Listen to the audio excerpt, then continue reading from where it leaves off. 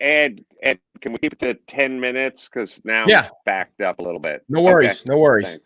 All right, everybody. And joining us now, Adam Carolla. He is, as I mentioned before, a former radio host, TV star, best-selling author, and the Guinness Book of World Record holder for downloads for a podcast.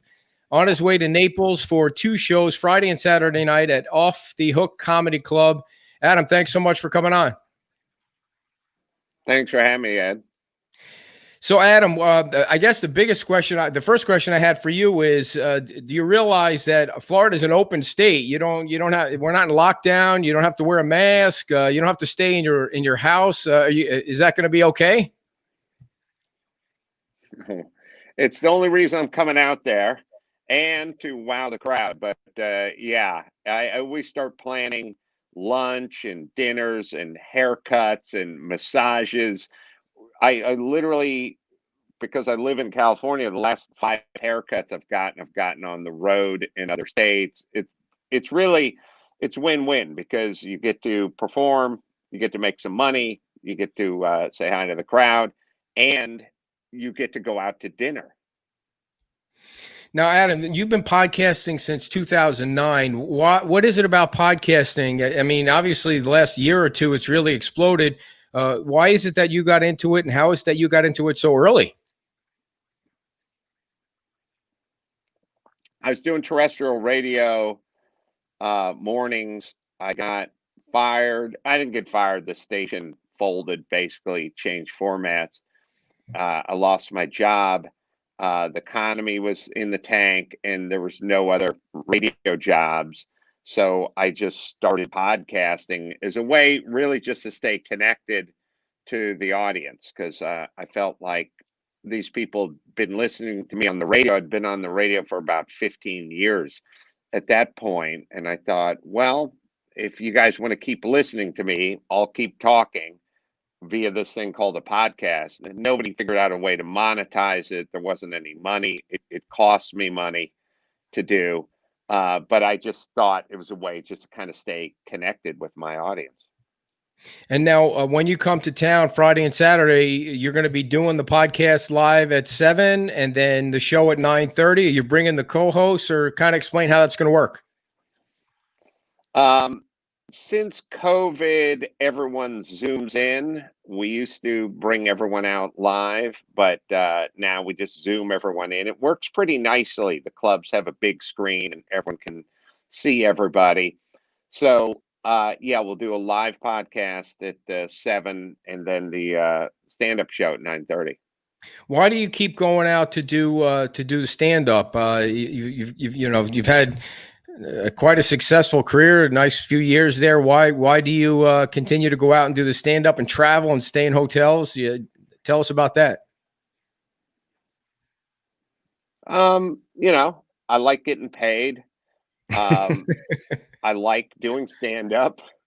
I know no one ever talks about money. It's always funny. But yeah, you get paid, which is nice. And I get to do stand-up, which is nice. And I get to travel, which is sometimes nice. But again, California has been locked down for so long that going to these places, and I've been to Florida a few times, I've been to Nashville, I've been to Arizona, I've been to a lot of places that weren't locked down. And we go out and have lunch during the day. Like, we go inside a restaurant and order a drink and have some Mexican food. Like, it's nice. It's nice being. I mean, the experience of the lockdown is pretty debilitating. Like, it takes its toll on you when you live in a state where you literally can't go out and have dinner on a Saturday night. And that's okay for 3 or 4 Saturday nights in a row, but when it starts getting into 30 Saturday nights in a row, you start going a little stir crazy. So I like it for the money, I like it for the audience, and I like it for the freedom. Now, when you do your stand-up, do you touch on will you talk about what happened last week? Do you try and avoid that? It just, it seems like everybody's angry these days about what's going on. Is anything like that going to be in your routine? No, I usually just kind of stick to the routine for the first half of the stand-up show. But the second part of the stand-up show, we do Adam Carolla's Unprepared, and people are allowed to yell out a subject or a word, and Hmm. I'll have to do a stand-up routine based on that subject or that word. So then people will oftentimes yell out something that's a current event, and I will do a stand-up routine on that. So it may very well happen.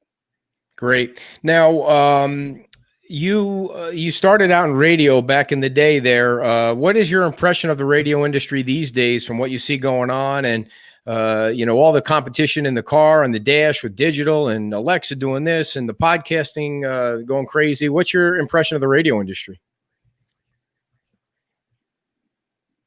I don't really follow it very closely anymore because I'm just in a different world. It used to be a big part of my life. It was my profession, and essentially retired from terrestrial radio. Um, every once in a while, I'll tune in, and I like listening to talk radio, and there's shows I enjoy. So, I think there's room for terrestrial radio and satellite radio and podcasts. There's kind of room for everybody. So my feeling is you can listen to all of them. There's still some voices I like that are on terrestrial radio that I enjoy listening to, and I'll tune in just because it is a kind of a it was a kind of first love for me, terrestrial radio. And your podcast, would you say consider it base? It is a radio show. I mean, if you listen to it, it is kind of a radio show without a talk radio show without 15 minutes of commercials an hour. Yeah, that's it. That's basically it. I sort of followed the format of talk radio, just minus all the commercial breaks. Tell us what your three favorite podcasts are, and then we know you got to run. Well, the thing that's funny is I like listening to terrestrial radio shows in the form of a podcast. So I have guys that are on terrestrial radio out here, guys like Dennis Prager, guys like Ben Shapiro, guys like Larry Elder, like interesting, conservative, smart guys who are have a lot of wisdom. And I end up probably listening to a lot of their podcasts. I occasionally listen to mine as well, just to figure out what I'm doing wrong. Now, when you do the podcast on Friday and Saturday at 7, can people listen to it live, or is it going to be recorded and uploaded? That's the only way to listen to it. Can they actually hear it live somewhere at 7? Well, they can hear it live if they're inside the club. Got you. That much we know. And if they want to listen to it and upload it or download it or in between load it, it'll be available on Monday first thing. Gotcha. So they can go to adamcarolla.com and they can just upload it and listen to that show live. All right, Adam. Thanks so much for your time. We know you got to run. You're busy. Thanks a lot. We'll see you Friday night and Saturday night here. Thanks, Ed. Appreciate it. All right. Take care. Bye-bye.